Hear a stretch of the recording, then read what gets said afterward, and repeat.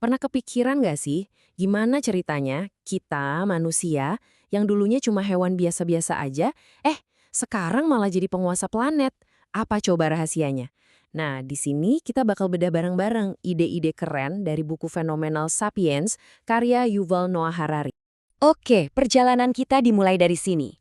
Coba lihat, ini cap tangan yang umurnya 30.000 tahun di sebuah gua di Prancis. Ini tuh bukan sekedar gambar loh. Ini semacam pernyataan. Kayak bisikan dari nenek moyang kita yang bilang, "Hei, aku pernah ada di sini."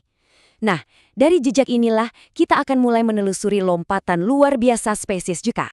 Tapi, nih, biar kita benar-benar ngerti seberapa jauh kita udah melangkah, kita harus putar balik waktu jauh ke belakang, ke masa di mana manusia itu ya sama sekali bukan siapa-siapa. Buang jauh-jauh deh bayangan kita sebagai pemburu perkasa di puncak rantai makanan. Lupakan itu.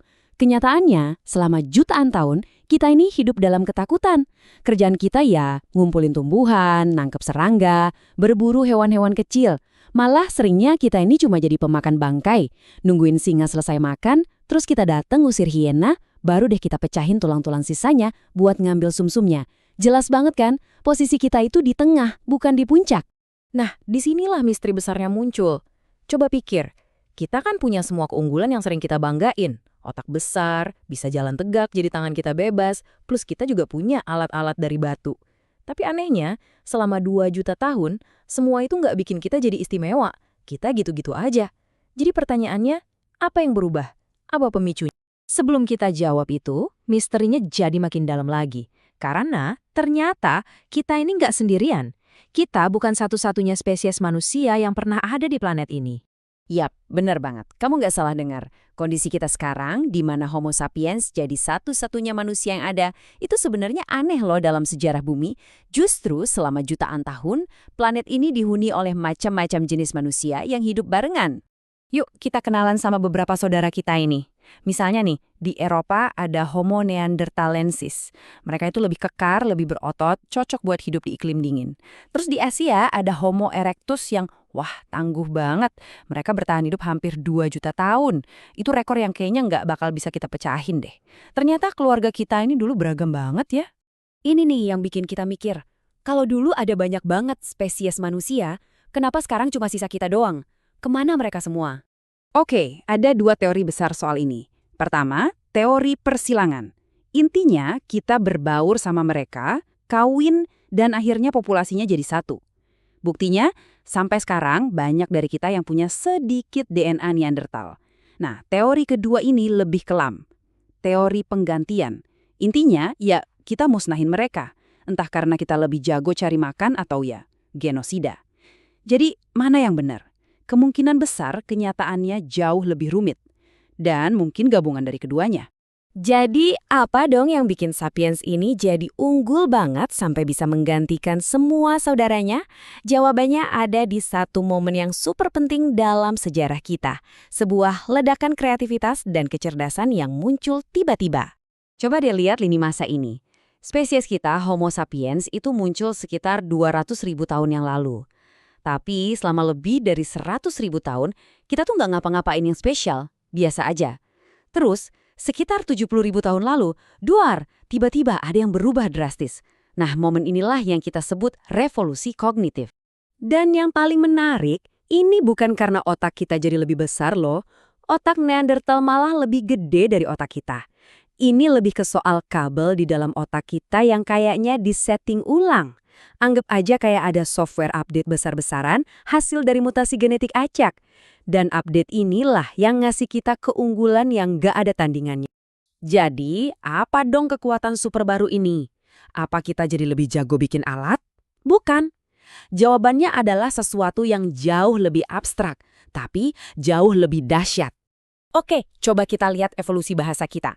Di tahap pertama, komunikasi kita tuh simple. Cuma kayak, awas, ada singa. Banyak hewan juga bisa begitu. Tahap kedua, bahasa kita jadi lebih canggih. Kita bisa ngegosip, si itu jujur nggak sih? Si Anu bisa dipercaya nggak? Ini penting banget buat kerjasama di kelompok kecil. Tapi, lompatan terbesarnya ada di tahap ketiga.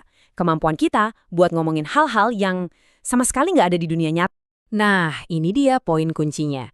Kemampuan buat ngomongin mitos, dewa, legenda, pokoknya hal-hal abstrak. Bayangin deh, kamu nggak akan bisa ngebujuk seekor monyet buat ngasih pisangnya sekarang dengan janji nanti dapat pisang tak terbatas di surga monyet. Nggak bakal bisa.